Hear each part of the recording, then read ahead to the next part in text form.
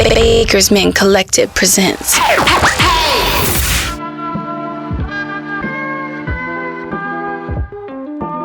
Once this COVID-19 stuff really popped up and companies switched, I saw like different conversations about how CBD is antiviral, and it was, you know, going to aid in assistance of kind of for the hand sanitizer shortage, I believe. So, however, do you know about normal.org?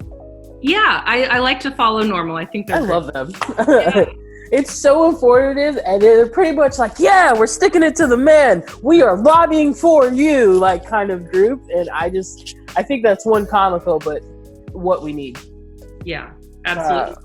And bringing professionalism to cannabis is so important too. And I feel like they deliver that all day. 100% with everything that they do. So they did a review. So there's no real clinical evidence to support CBD as an antiviral agent in this situation. So I guess researchers from Italy and the United Kingdom performed a systematic review of papers just to see if the application of CBD would help treat viral diseases. And what they found out that in like really limited situations, or conditions, it could help. Which means it's to me, that was like a nada, you know? Right. But to the average consumer that may have came across social media that where the person just, you know, spouted off and said, yeah, it has some antiviral properties, they're going to go out and try to make their own hand sanitizer combination with CBD products, or companies switching towards that avenue. I feel that this is clutter. It's clutter from the real message that people like you and I and so many others are working so hard to get out there into mainstream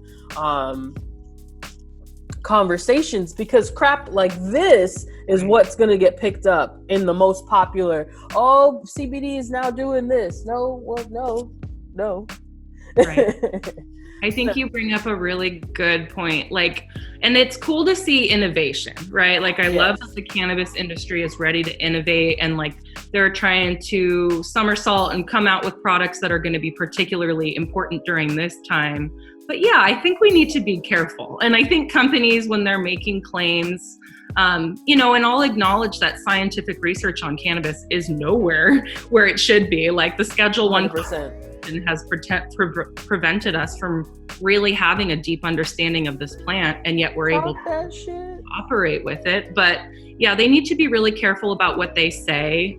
Even as someone that's active in the cannabis space, I think, any of us should be careful about what we say right now. Health is the name of the game. And if we're not 100% sure on something, we need to just be cautious, and I'm not a medical professional, but I can share my anecdotal experiences. And so I think I need to err on the side of focusing on, this is my experience, and you make the decision for yourself.